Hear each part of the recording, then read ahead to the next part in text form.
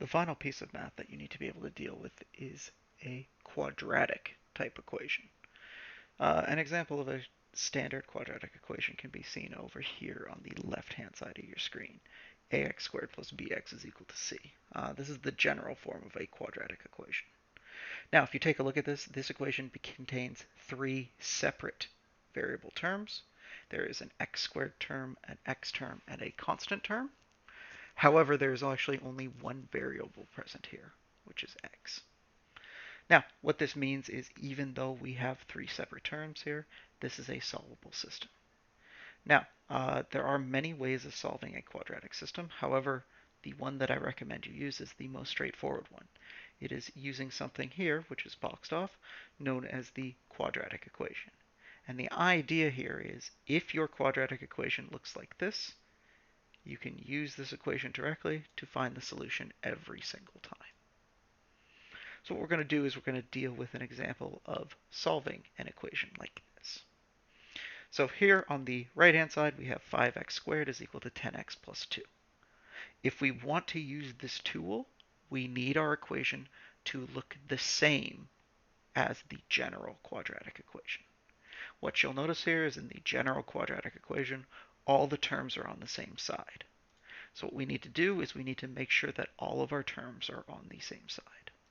So we're going to move them over to the other side via subtraction. So our 5x squared, we'll leave it where it is. We're going to move the 10x to the other side by subtracting 10x from both sides. And we're going to move the 2 to the other side by subtracting 2 from both sides. Once we have this, our system is in a quadratic form. So to use our quadratic equation, what we're going to want to do is we're going to want to identify what the number parameters, or the coefficients a, b, and c are. And they're simply whatever numbers are next to x squared, next to x, and next to c. So if you deal with this by inspection, a here is equal to 5, b here is equal to negative 10, and c is equal to negative 2. The signs here do matter. In the general quadratic, it's assumed that a, b, and c are all associated together via addition.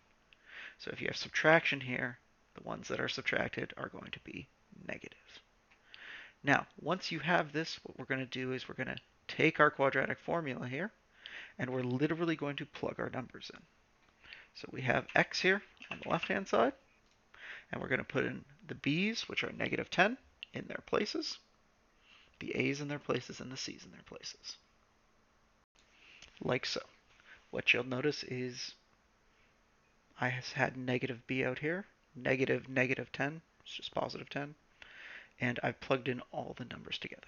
Now, you can evaluate every single one of these terms.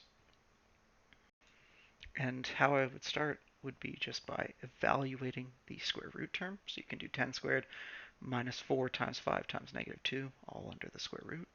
And you'll be left with something like this. Now, the second key issue here is if you take a look, there is a unique symbol right here. This is the plus minus symbol. What this means is when you solve this, you're going to get two solutions. One of them is going to use a plus, and one of them is going to use a minus. So when you're finished here, you're not going to have one answer, you're going to have two. One using plus and one using minus, right, which you can evaluate like so.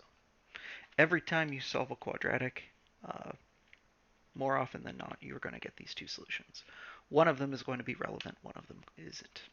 So for example, this is typically used to find things like the time that has elapsed. And if you were looking for something such as the time that has elapsed, you're probably going to pick a positive time that's elapsed.